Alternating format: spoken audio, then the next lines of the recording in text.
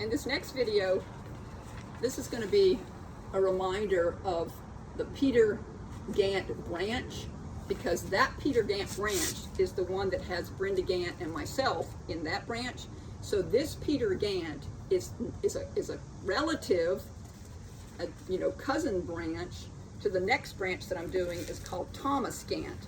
And Thomas Gantt came into what is now called Prince George County, but it was called White Landing, I think, in Maryland. And so when he first came in around the time 1654. So in this book, I want to bring out this book again because this has been so much research that I've been using this book for. And I showed this before, but I want to show it again because this guy here, Jefferson Davis, that imported his white horse from the Middle East, sounds like a Qatari jet situation, and he was scared of the horse. The horse was an Arab, and a white Arab, and he was scared of it because it bucked and kicked, and he never really did use the horse. But I think he had a horse named Blackjack that was not such a impressive white Arabian from the Middle East that he didn't use. So anyway, this guy here is the next one, and I feel like out of all these videos, everything's been reduced for me to people I'm talking to about finding their own family, which is the part that's important for me. That's what I'm passionate about. So this is really what it's all come down to. And if nothing else, the fact that I can't get any recourse for Joseph Kershaw stealing my family's land, I can get the awareness. Nobody's denied that that's true, and it's so easy to document and prove. Nobody's denied it, but there's no recourse. Nobody can do anything about it.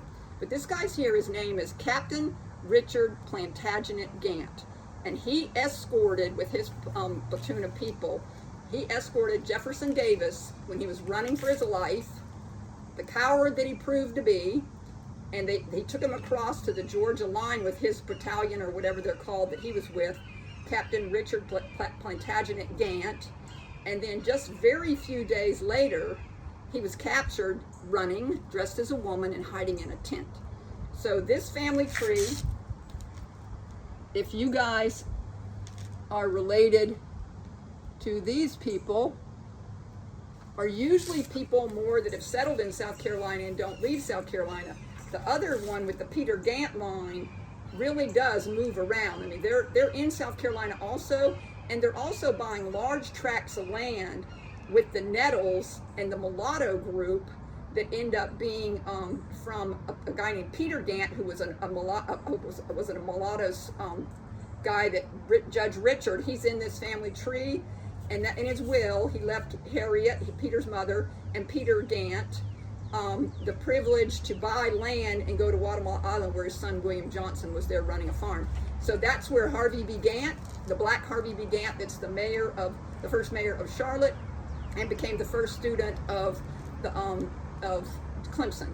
So this is really, really, really important, because these two branches are the majority of people who came into South Carolina. Either the Israel Gantt branch or the one that it started off as Thomas Gantt.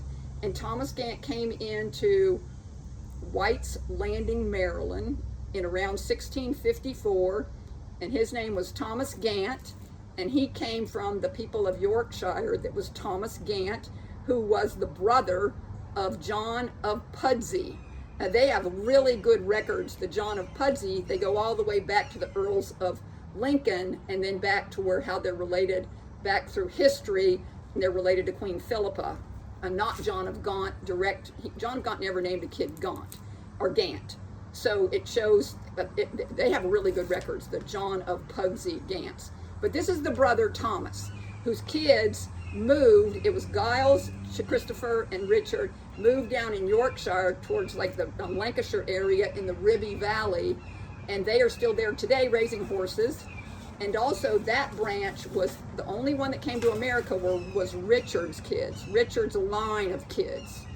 And so when they got here, the second person was named Thomas Gantt II. I think I have a 3 on that, but does that say a 2 or 3? It's 2. Okay, Thomas Gantt, Hope said it's 2.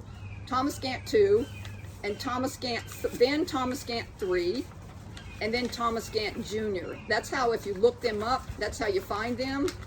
And Thomas Gantt Jr. was the brother of Dr. Edward Gantt, who moved to the capital city from Maryland, and he became the doctor for Thomas Jefferson and George Washington.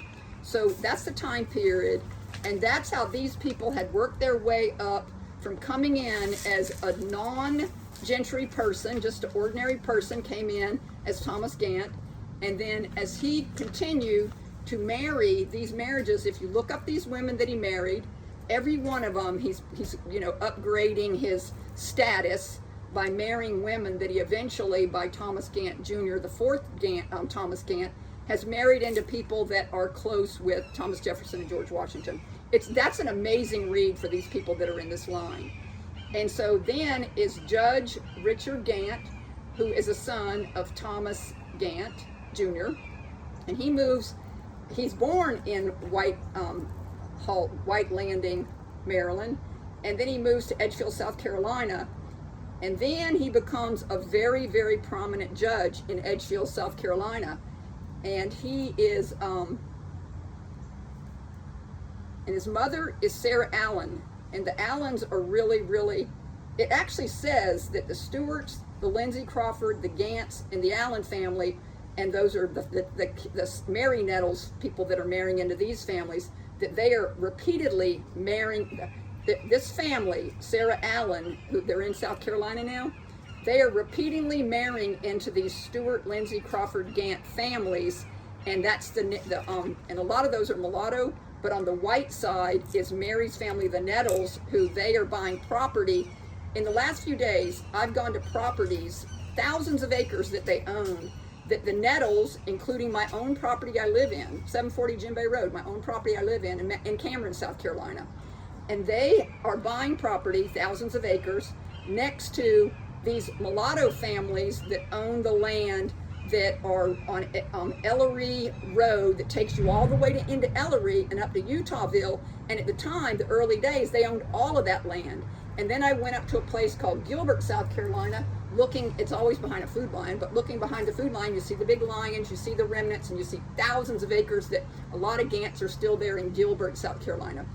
And then I went, day before yesterday, over to Walterboro, because in Walterboro, if you go to a place called Hendersonville, Walterboro, not Hendersonville up by Asheville, and if you go up there, you can go to Whitehall Plantation.